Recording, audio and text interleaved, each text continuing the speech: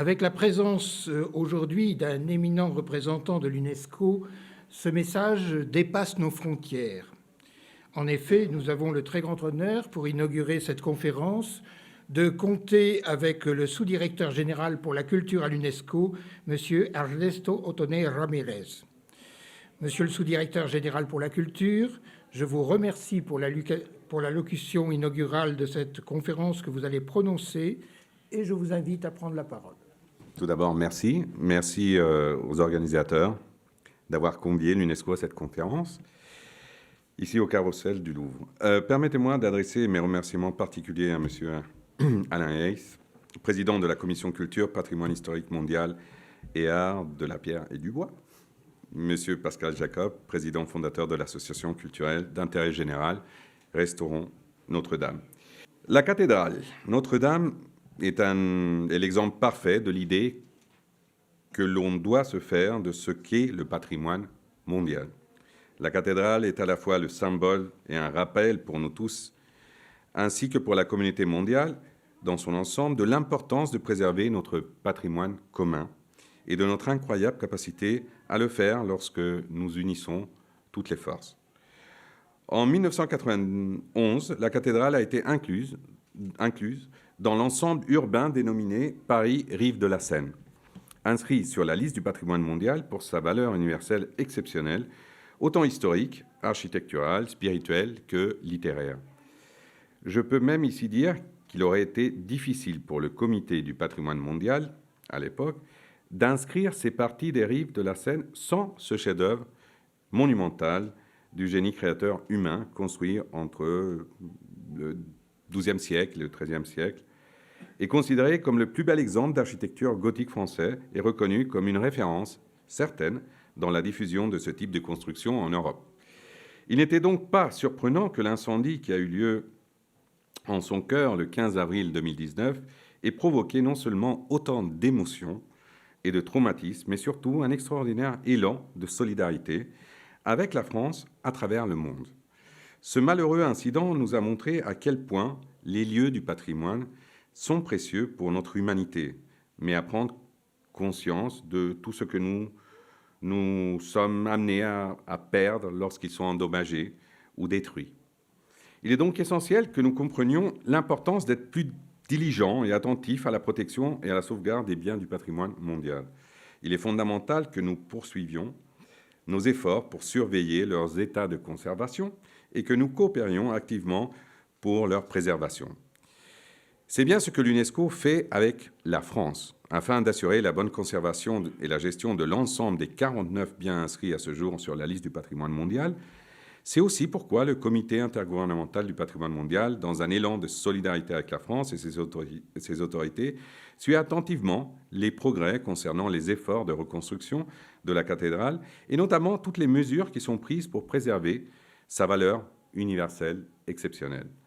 C'est pourquoi, depuis l'incendie en 2019, le Comité du patrimoine mondial a demandé à la France de lui soumettre un rapport actualisé sur l'état de conservation du bien, détaillant les dites mesures prises et les orientations envisagées pour sa restauration, qui assure aussi de préserver son statut de bien inscrit au patrimoine mondial. Il s'agit de soumettre dans un tel rapport les informations et la documentation exhaustive des interventions déjà réalisées.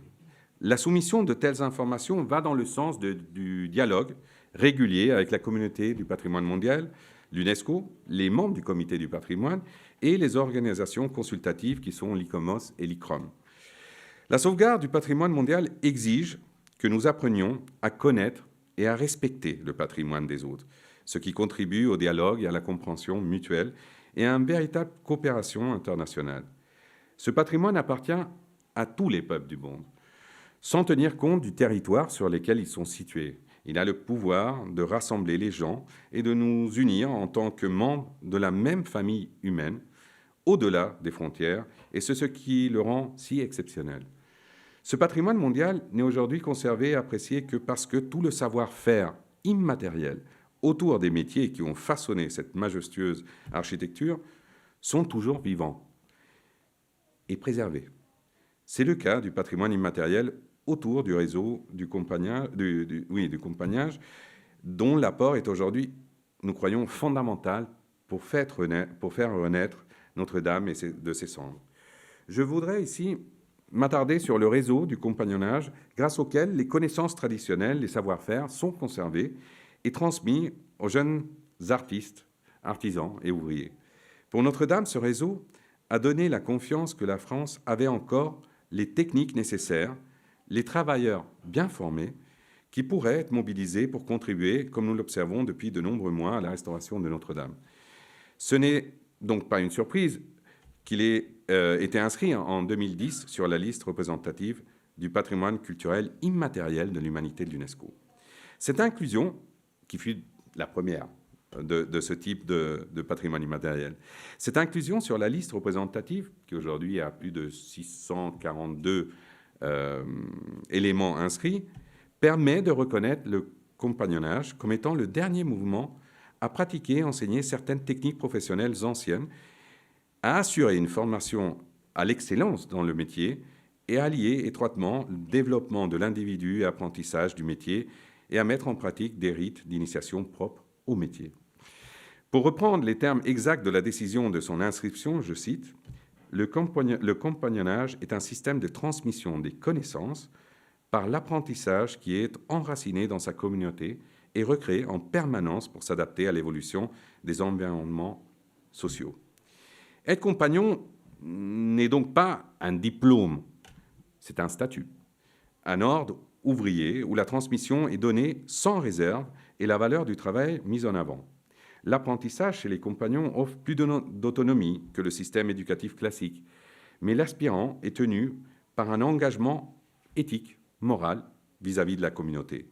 Elle crée également le lien entre les connaissances traditionnelles et le potentiel créatif des jeunes, qui sont une source de résilience en période de changement et une source de diversité et de croissance. À cet égard, nous sommes très heureux de constater que la Fédération des Compagnons du Tour de France a travaillé conjointement avec l'association Restaurons Notre-Dame avec un intérêt commun, celui de mobiliser les savoirs d'aujourd'hui et aujourd'hui, pour mieux restaurer un fabuleux patrimoine d'hier. Le travail qui a été réalisé pour valoriser le compagnonnage, tel que le guide du compagnonnage en vue de la restauration de Notre-Dame de Paris et du patrimoine culturel bâti, servira non seulement de guide important dans la perspective de la restauration de la cathédrale, mais profitera également à tout autre type de projet de restauration ou de construction dans le monde. Ce guide est donc un très bon exemple de bonne pratique pour continuer à valoriser l'importance du réseau, pas simplement pour Notre-Dame, mais aussi pour servir l'humanité et les générations à venir. L'incendie qui a ravagé une partie de Notre-Dame de Paris n'est pas un phénomène isolé. De nombreux pays ont dû y faire face, comme c'est le cas au Brésil, le Chili, le Japon, l'Ouganda, pour n'en citer que quelques exemples récents. Dans ce contexte, le rôle de coordination de l'UNESCO et son expérience en matière de préparation de réponse aux urgences, ainsi qu'en matière de relèvement et de reconstruction, est important pour pouvoir fournir aux autorités nationales l'appui et l'expertise technique nécessaires pour pouvoir faire face, par exemple, aux incendies. La tragédie qui a affecté Notre-Dame, ainsi que d'autres pays mentionnés, doit servir d'exemple et apporter, bien sûr, des leçons pour le futur. D'abord, premièrement, les défis posés par l'impact des incendies entraînent un besoin urgent d'intensifier les efforts actuels par le développement d'outils et de ressources nouveaux et innovants. Dans ce contexte, un programme de l'UNESCO consacré à la préparation et à l'intervention en cas de risque d'incendie pour le patrimoine est en cours d'élaboration. La première étape consistera à tirer les leçons des protocoles établis pour gérer les risques d'incendie pour le patrimoine dans le futur, notamment à travers l'élaboration de directives sur la gestion des incendies qui utiliseraient le cas de Notre-Dame et d'autres désastres similaires. La grande expérience de la France et son expertise reconnue à l'échelle mondiale nous sera ici très utile et cruciale. Seulement pour vous donner un exemple, quand on prend l'Amérique latine, je parle de l'Amérique latine depuis la Colombie, le Venezuela jusqu'au Chili, vous avez deux monuments inscrits au niveau national, de tous les monuments inscrits dans toute l'Amérique latine, il y en a deux, qui ont des protocoles de sauvegarde des biens qui sont dans ces espaces, qu'elles soient cathédrales, musées ou archives. Donc, On parle d'un besoin urgent. Deuxièmement, la prévention est essentielle car une fois que le patrimoine culturel a subi des dommages, ceux-ci sont souvent irréparables.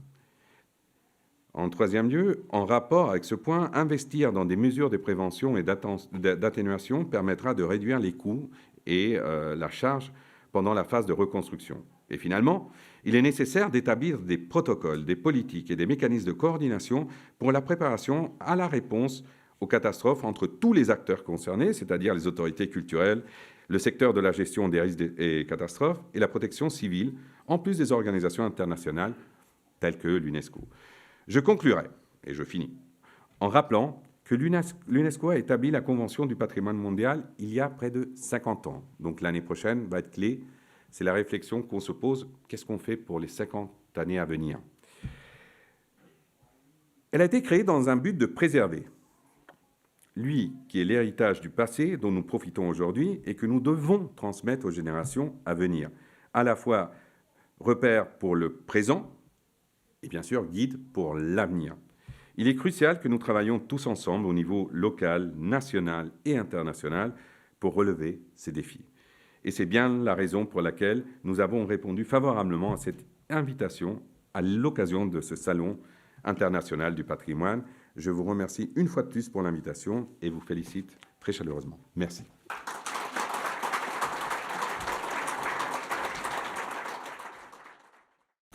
Je vous remercie, Monsieur le sous-directeur général pour la culture de l'UNESCO, pour votre allocution et à travers vos paroles pour cette présence de l'UNESCO qui donne une dimension considérable à cet événement.